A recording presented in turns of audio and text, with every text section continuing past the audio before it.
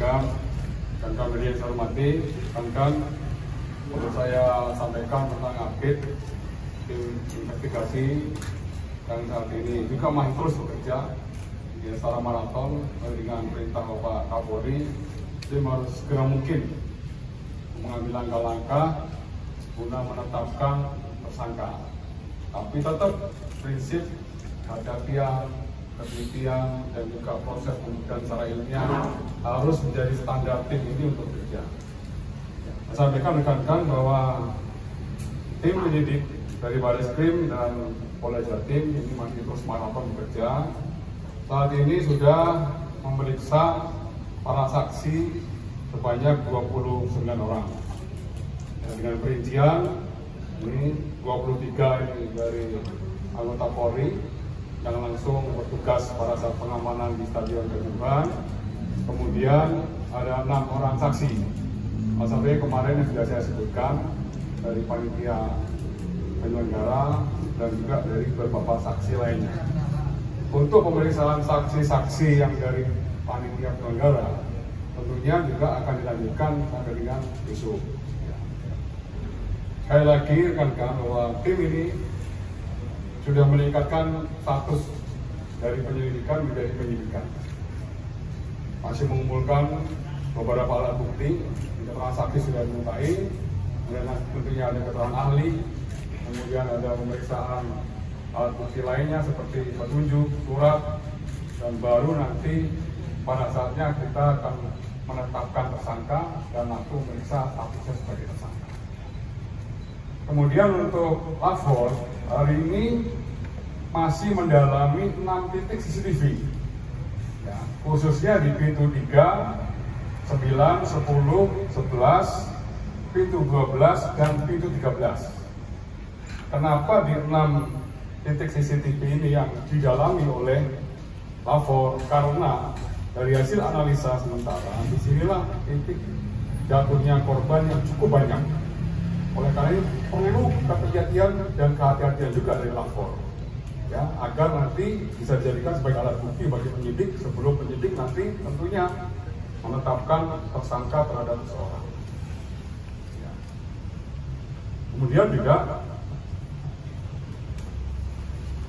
untuk Inavis yang bekerjasama dengan lapor masih juga melakukan identifikasi, ya, terkait menyangkut masalah di TKP maupun di dalam maupun di luar TKP. Ini masih terus didalami dan semuanya tentunya akan menjadi bagian analisa dan juga bagian daripada pemeriksaan yang perlu didalami oleh tim sidik, ya, baik dari Bareskrim maupun dari Polda Jawa Timur. Kan perlu saya sampaikan juga, ini biar tidak terjadi juga kesimpangsiuran tentang data, khususnya data tentang korban. Saya sudah mengkonfirmasi kembali dari Kapus Dokes, dan Kapus Dokes juga berkoordinasi dengan Kabidokes Polda Jatim, juga berkoordinasi dengan Krisetor yang ada di Malang, bahwa untuk jumlah korban meninggal dunia masih tetap yaitu 125 orang sampai hari ini, ya. Kemudian untuk jumlah korban luka ada 467 orang. Dengan perincian luka ringan ada 406 orang, kemudian luka sedang ada 30 orang, dan luka berat ada 29 orang. Dan korban yang saat ini dirawat di rumah sakit berjumlah 59 orang. Dengan perincian di rumah sakit Saiful Anwar ada 30 orang, 7 di ICU, kemudian 12 di HCU, kemudian 11 di ruangan rawat inap biasa.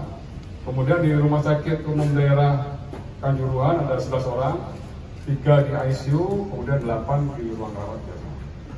Kemudian rumah sakit Asta Brata ada 5 orang dirawat di ruang perawatan biasa. Kemudian rumah sakit Islam Aisyah ada 2 orang, 1 di ICU, kemudian 1 di ruang perawatan biasa. Kemudian untuk rumah sakit UMN ada 1 orang dirawat biasa. Rumah sakit Hasta Husada 1 orang, rumah sakit Wajak Husada 1 orang, rumah sakit Prima Husada 2 orang, rumah sakit Wafa Husada 5 orang, dan rumah sakit Supraun ada 1 orang. Ya, untuk Propam ya dan Insus kembali melakukan pemeriksaan dan pendalaman 29 personil Polri. Ya, yang kemarin saya sebutkan diantaranya ada 9 yang sudah dinonaktifkan. Ini masih terus didalami.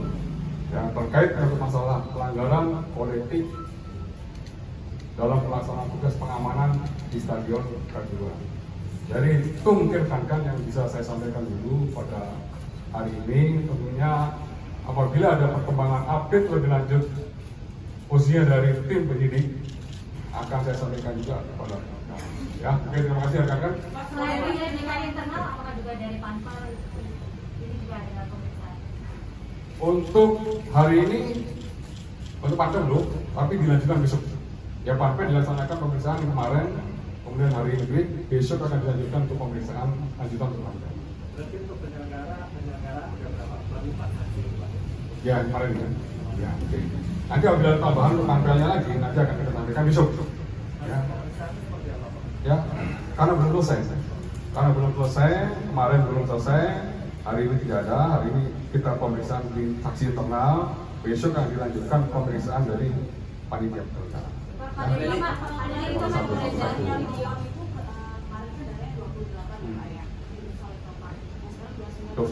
Tambah satu lagi.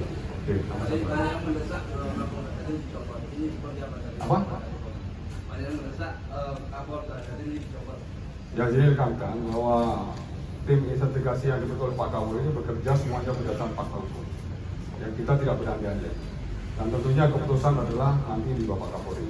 Ya, jadi kita tidak berandai-andai. Saya menyampaikan update dari hasil tim sidik, yang kemudian dari Propam, dari Insus, itu aja yang saya sampaikan. Ada yang pengupload video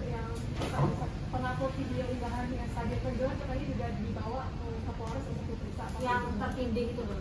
Ya, salah satunya itu. Ada beberapa saksi dari pihak masyarakat yang juga dimintai keterangan kesaksiannya.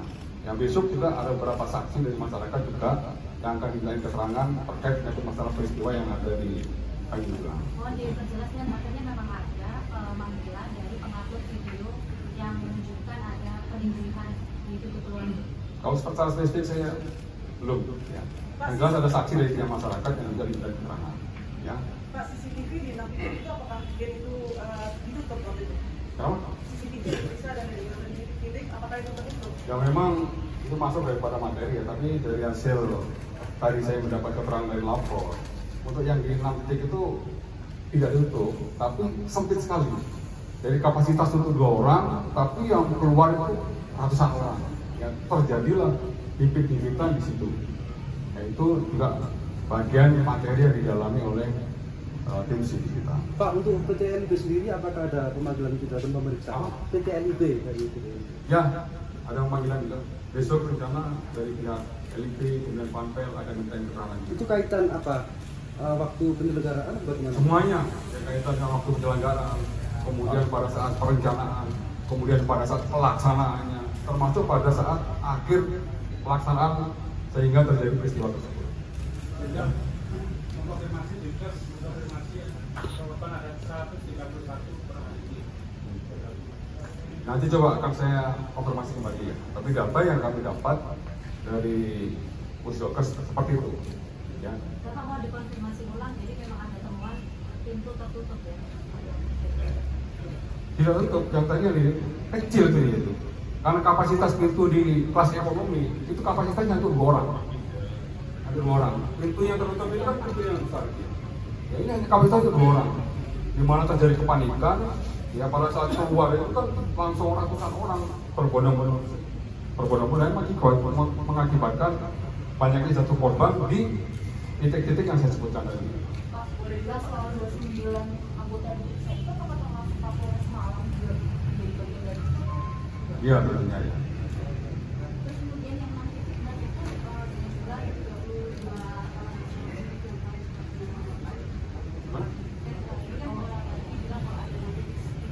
Ya, ya, dari 32 itu telah dianalisa.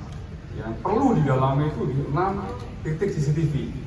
Ya, sekali lagi pintu 3, pintu 9, pintu 10, pintu 11, pintu 12, dan pintu 13.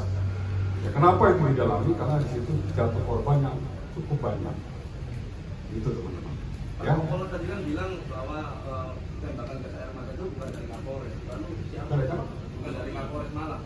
Nah, makanya ini kan masih dialami, oleh karenanya dari hasil pendalaman itu Pak Kapolri sudah memerintahkan kepada Kapolda 9 yang manajer pengaman lapangan langsung dinonaktifkan. Nah, saat ini masih dijalani lagi. Oke, kalau saya itu dulu teman-teman, awal kita nanti sudah ada update, tentunya akan saya sampaikan lagi. Terima kasih. Assalamualaikum warahmatullahi wabarakatuh.